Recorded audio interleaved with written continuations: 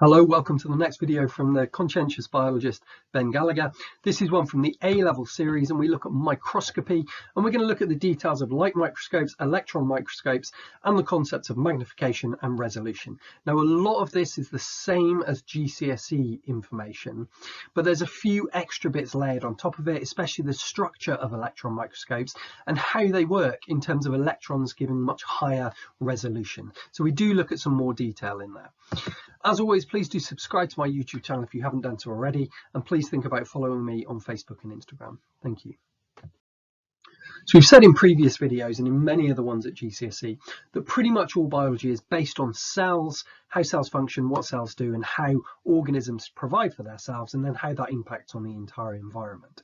So if we're going to study cells, and given that cells for the most part are too small to be seen with the naked eye, we need machinery to allow us to see that small, and we need to be able to take measurements down to that scale. Now measurements can't be made using normal rulers or regular units because they're just too small. Even a millimetre, the smallest kind of unit of measurement that we use, way too big if you're measuring something like a cell. So we can break a millimetre down into 1,000 micrometers, and the symbol for micrometers is this, it's the Greek letter mu. Now, if you've got to draw the mu, the first one of the mm of micrometers, easiest way to do it, do a U and then just do a line from it. That gives you the correct symbol. Okay. Now, even micrometers, when you get down to the really small structures, are way too big. So micrometers get broken down into nanometers, and there's another 1,000 nanometers in a micrometer. Symbol for nanometers is just nm. I think logically, if there's 1,000 micrometers in a millimeter and 1,000 nanometers in each one of those micrometers, then 1 millimeter equals 1,000,000 nanometers. So a nanometer is 1,000,000th of a millimeter, if you can try and get your head around quite how small that is. But the reason we need these tiny measurements is if you think that an average animal cell is only about 20 microns long, that's 0.02 of a millimeter. But even within that, the cell membrane is 7 nanometers thick, 7 millionths of a millimeter. So we need these tiny measurements to see the things we're looking at. If we pull up a whole cell, we can look at some of the other structures. So we know the main components of a cell. This is a very basic cell we'll put up here, but we've got the membrane and cytoplasm to make it a compartment. We've got the chromosomes and DNA and ribosomes so that they can make proteins. We've got the nucleus, we've got mitochondria, we've got a small temporary vacuole, just very basic GCSE standard animal cell there. If we look at some of the sizes, we've already said that the membrane is 7 nanometers thick. So on this diagram, that previous line, the thick blue one, would have been way too big. So let's make that much thinner like this. If we're looking at the nucleus average diameter is about 10 microns. That's 0.01 millimeters. So tiny little nucleus in there, even though it's the largest thing within the cell. So let's block that off because we're just talking about its diameter. If we're looking at mitochondria, they're about 2 micrometers long. So if we're going to scale them down to be more representative, we'd have to shrink them like this. Okay. If we're looking at ribosomes are only 30 nanometers wide. So at the scale with everything else at the diagram, we'd need to shrink them like that, just tiny dots. Now, the reason why I'm scaling it down is because when you're actually looking at these microscopic things like a vacuole, only 3 micrometers across, we can't really put them to the correct scale if we're trying to show you diagrams that you can see and work out what they do. You know, if I just gave you that and tried to label the cristae and the matrix and stuff, it's not easy to see. So most diagrams you'll see in books and in online diagrams and stuff, they're not really to scale. We increase the scale to make it more obvious. What you need to remember is if you're looking at photographs taken through maybe an electron microscope called a photomicrograph, the scales that you see on there might not match up to the diagrams that you've been taught with. Okay, let's move on then and start to look at microscopes in a little bit more detail. Now we're going to go very fast through the light microscope because you've used these certainly since year 7, since the start of secondary school. The key thing about a light microscope though, and why it's called a light microscope, is because it relies on visible light. It's not called a light microscope because it has a light on it.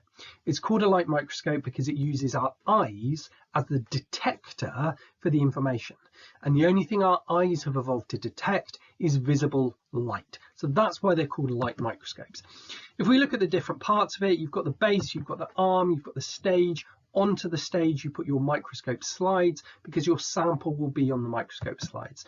You'll use the clips to hold the microscope slide in place, and then you've got the really important things, the objective lenses, which are the ones that you can rotate that give the most magnification. But on the eyepiece you've also got an eyepiece lens which can give further magnification. Now magnification is how many times bigger something looks. But because light microscopes have objective lenses and eyepiece lenses, you've got to combine the two. Okay, so overall magnification of a light microscope is the objective lens magnification multiplied by the eyepiece lens magnification. So if the objective lens multiplies by 40 times, makes something 40 times bigger, but then you view that through the eyepiece that makes that 10 times bigger again, it would be 40 times multiplied by the 10 times. So you'd actually be looking at things 400 times bigger than they actually are on the slide. That should be pretty straightforward, simple stuff. Other parts, you've got the coarse focus dial and the fine focus dial. All they do is move the stage up and down to go further or closer to the objective lens to bring it into focus. There's nothing complex there. You've got the light underneath that can shine light through your sample to go up to your eye, but you can control how bright that light is by something just underneath the stage, which is the iris diaphragm, that you can open or close to let more or less light through, depending on how bright or dim you want to see your sample. The thinner, the finer the sample, generally the dimmer the light you might want going through it, and also so it doesn't damage your eye. So take a screenshot of this, but that's really, really straightforward. That is literally the stuff you learn in year 7, but make sure you've got it in your A-level notes because it still might come up. Also, basic GCSE recap, how to calculate magnification. We're going to go over this quickly because some people still find this tricky. Some people just have kind of a bit of a mental block when it comes to maths. But the equation for calculating magnification is the observed size, so how big is the thing you're actually observing, divided by its actual size, when the actual size of the object that you're looking at. So for example, if I pull up a mitochondria here, hopefully you can see that's a mitochondria, and that's obvious because you can see the cristae all sticking out inside. And again, remember I said diagrams can be misleading. The diagrams I've used in my previous things show great big cristae. That's just to make them obvious. They're actually much thinner, but that's very difficult to draw and label on diagrams. But if we got this mitochondria, we said on one of the previous slides that the actual size of a mitochondria is about 2 microns, 2 micrometers. Okay, so we know its actual size. So how can we get its observed size? Well, that's very simple because there's the diagram that you're observing. So to get its observed size, you just measure it. Now, obviously, I don't know what size screen you're viewing this on. So you might be viewing it on your phone and its observed size is that. On my computer in front of me, it's about that big. The screen's quite large. But you would be given a diagram in the exam. So that's fixed. That's on a piece of paper. You still just take your ruler and you measure it, and you can measure the observed size. Now on my screen here, I measure that as 9.3 centimeters. Now the first thing I need to do is convert the units so that they are the same as the actual size unit. So if the actual size is in micrometers, that's what I want this.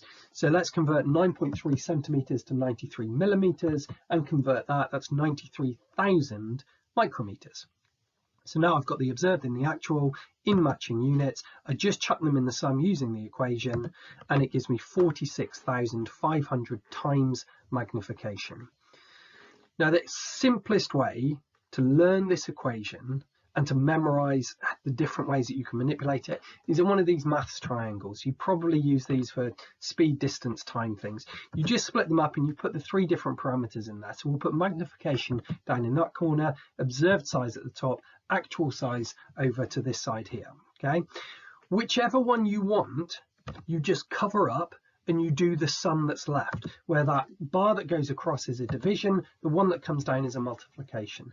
So if you want magnification, like is the actual sum, you cover magnification and it's observed divided by the actual.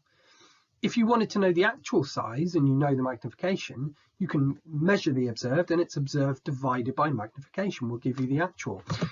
You can break it down to just MOA. That makes it very easy to remember. please, you will be asked to do magnification calculations in your exam, even at A level, to make sure you can do this, but it should be relatively straightforward. So we've covered magnification. We know that's how big something is compared to the original. We need to look at this second concept, though, of resolution. This always seems to be really badly understood when I pick students up at A level. It's not really taught in great detail at GCSE. I covered it in my GCSE videos. But basically, resolution is about clarity of an image. It's about how clear and how detailed the image is. So for example, if I put up this photograph over here, this is a photo of a butterfly. I took this in Scotland a couple of years ago. What I've done on this one is I've reduced the quality of the image. So if we zoom in and magnify the butterfly, you can see that it's actually quite pixelated. The small, tiny details haven't been picked up. So when I magnify it, we get this still pretty blurred, not very good image. If I show you the original that was taken in high resolution on my camera is 24 megapixels. So a good way to understand resolution is think about cameras. Think about the camera that you've got on your phone, how many megapixels it's got. The more megapixels on the camera, the higher the resolution. This is from 24 megapixels, that's 24 million pixels. So now, if you zoom in on the butterfly and I do exactly the same magnification, you can see that this image is crystal clear. It's really sharp, and I could zoom in much further and it would still be really clear because it's got high resolution. But there's no point magnifying an image that was taken at poor resolution. Magnification won't help if the resolution is poor. So a microscope with really high resolution can capture much smaller objects, meaning they're still visible to the human eye when magnified. Like this one, the tiny little structures and hairs on the butterfly are visible. They're not on that one over there because it wasn't high resolution. This is called resolving power. We're going to look at resolving power in proper A-level detail on this next slide.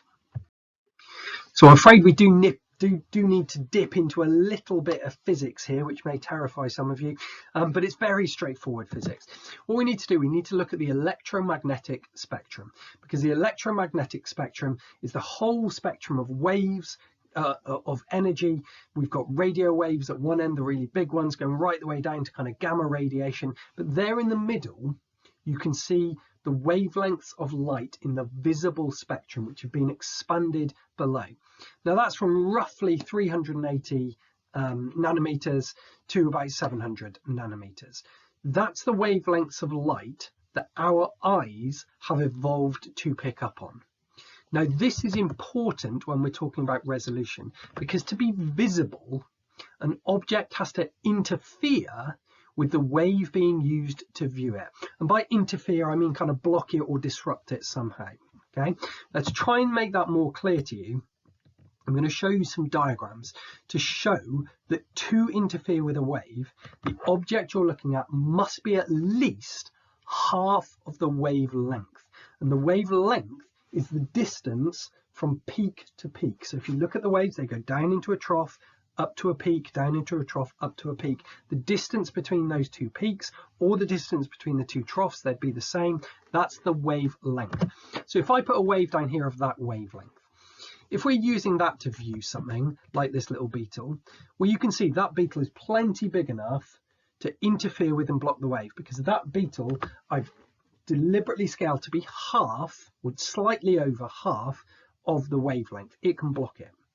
If we had a much smaller beetle on there, the wave would probably miss it, would just go around it. Or certainly when you consider light doesn't travel in just single waves, there'd be loads piled all on top of each other. It's got to block at least some of them. Most of them would just go around it if it was smaller. But if we've got a smaller wavelength here, a smaller beetle would be able to block that smaller wavelength. So we'd be able to see the smaller beetle if we used a smaller wavelength to view it. If we had a really short wavelength like this one, then a tiny beetle would be enough to block it. That tiny beetle on this closest one would never have been able to be viewed on the larger wavelength up there, because all the waves would have just found their way around it, okay? And it wouldn't have blocked them. So this is really what we're talking about by resolution. It's how small an object can be to block the waves that are being used. Now, visible light, as I said, that our eyes used are about 380 to 700 nanometers. Okay, that means we can see objects with our eyes, still through a microscope, not with the naked eye, but through a microscope. We can see objects as small as 190 nanometers, because 190 is half of the 380, the smallest wavelength of light our eyes can perceive. An object half that size should be enough to disrupt the wavelength. In practice, it's very difficult to see things through a light microscope that are only 190 nanometers, but hopefully you understand the point. The object you can see has to be half of the wavelength. So you have to try and get as small a wavelength as possible if you're going to see small objects. Our eyes can only comprehend light of 380 nanometer wavelength as a minimum. So this is why we need different types of microscopes, because electrons that are used in electron microscopes have a very, very high frequency, meaning they come at a very, very short wavelength. They're up and down really, really quick. So their wavelength is absolutely tiny, meaning a tiny, tiny object can block it, because the wavelength of electrons can be less than a nanometer. That means you can view things with some electron microscopes, the most powerful ones, can see objects as small as 0.1 nanometers. Now consider back to think a cell membrane is 7 nanometers. If it can see to 0.1 nanometers, we're suddenly talking about seeing atoms and molecules. We're talking about seeing very, very small things indeed. Hopefully you've understood that. It does quite often come up in the exam about resolution. The key thing really, you've got to remember that resolution is the ability to see very, very, very small objects that are half the size of the smallest wavelength being used, to give you a much, much clearer and detailed image that's more clear when you magnify it. Okay, let's jump on to the next slide. So electron microscopes are amazing because they don't use visible light. They use electrons, which are traveling with this much, much higher frequency, much, much shorter wavelength. So this is what an electron microscope looks like. It's this large part here that's mounted up on top of the table, this big tube. Now remember that for the next slide when we look at more detail at them, that they're big kind of cylinders. Okay, so what they do, they use beams of electrons instead of light. That gives them very high resolution or resolving power because of that very short wavelength.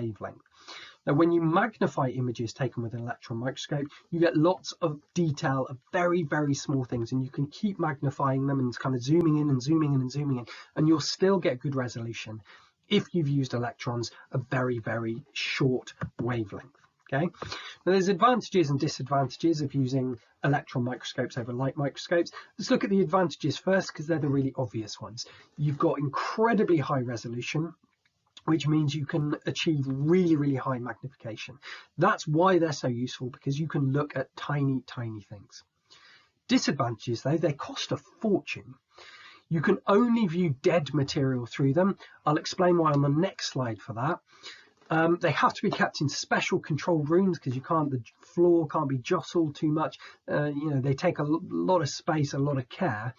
And they're not portable. Just look at the size of it. They're massive. You could move it if you were moving from one building to another. You could get a crane and a winch and move it out or whatever. But it's not like a light microscope that's that big that you can just pick up and take with you. You can take a light microscope out into the field with you, and you could just use it to look at anything you like in nature. But they are massively useful because of the very, very high resolution, allowing for very high magnification that they can achieve. There's two key types of electron microscope that we're going to look at in a minute. These are scanning electron microscopes and transmission electron microscopes. Scanning electron microscopes scan a surface. Transmission electron microscopes measure the electrons that transmit through a sample. So transmission electron microscopes are a little bit like if you were casting a shadow and you're looking at the shadow.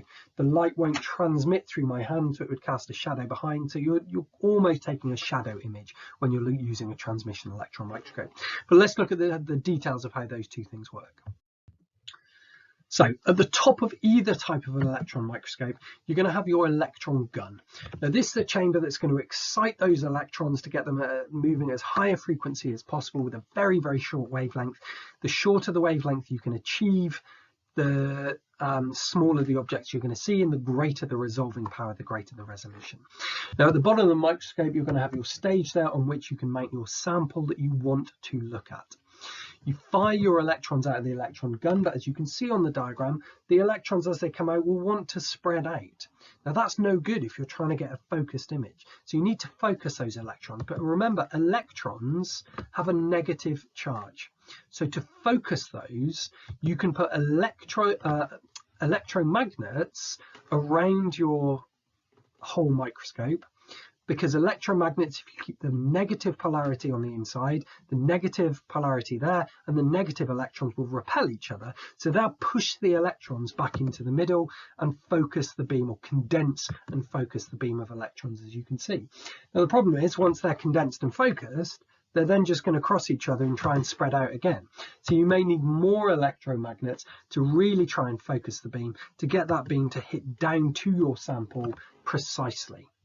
Now, if this is a transmission electron microscope, we want those electrons to transmit through the sample, or some of them to, so we can detect what's going on. So you have a fluorescent screen at the base of your microscope that's going to detect the electrons that have transmitted through.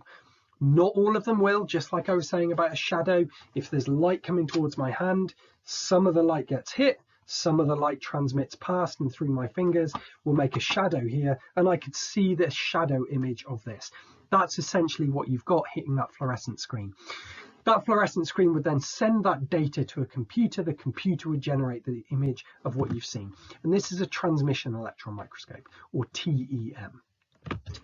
Now the problem here is, because those electrons have such a small wavelength, they could be disrupted by just air molecules that are in the way as that electron beam's moving. So you can't have any air molecules in the way. So what you need with your electron microscope is a casing around the outside, so you can create a vacuum within there. You suck everything out, so there's not even air particles. You can't risk any tiny bits of dust or anything floating around in there. Nothing to disrupt the electron beam moving through. So this is a transmission electron microscope. If I replicate it here next to me, but we're going to turn this one into a scanning electron microscope. What you have with a scanning electron microscope is just a slight difference down here at the bottom. Instead of having the fluorescent screen and detector down there, what you want to do is measure the electrons that bounce off the sample, and they'll hit the fluorescent screen there. So you're scanning the surface of the sample rather than looking at what's gone through.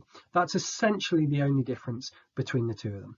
So take a screenshot of this, but make sure you can explain the reason for all of those components. What does the electron gun do? Why do you need those electromagnets? What's the fluorescent screen for?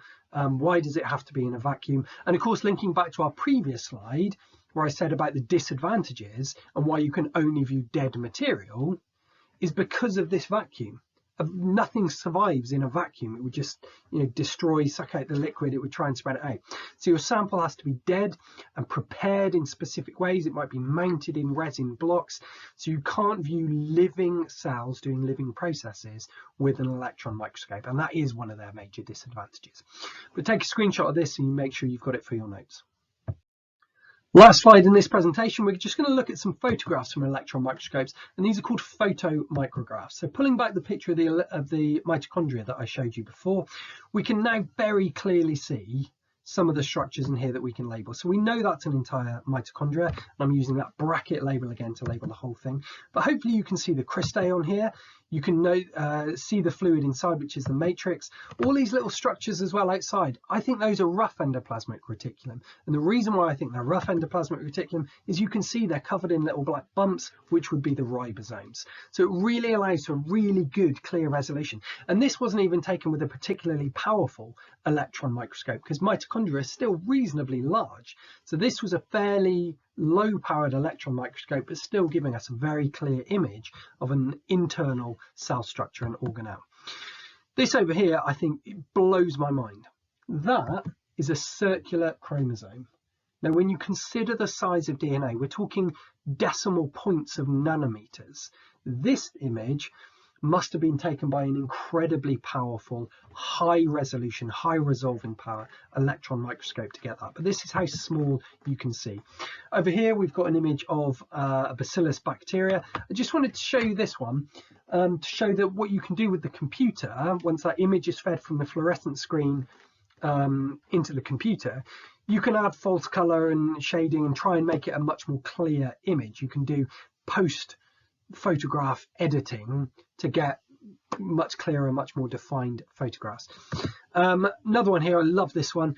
Whilst you can only photograph dead material, it can still be whole organisms. So this is a very high resolution, because you can see, you could zoom in and magnify all those tiny details, but it's a very, very good photomicrograph of the face of a mosquito here. Mosquito, remember, the tiny little things. You can't, they're buzzing around. You'd have to really look at it to see the features with the naked eye, but look at the detail you can achieve here. So electron microscopes, incredibly useful tools for studying tiny, tiny things in really, really good detail. From here, it feels logical to move on to the membranes videos, because so much within cells is made of membrane. Now, this is going to be the first video where we really start to look at detailed biochemistry. So some great A-level detail and some great understanding in this next video. So head to that one next. There'll be a link appearing for it just over there. Also, please do subscribe to my channel if you haven't done so already. You can just click my face above me here. Like the video if you find it useful, and do follow me on Instagram and Facebook. Thank you. Good luck.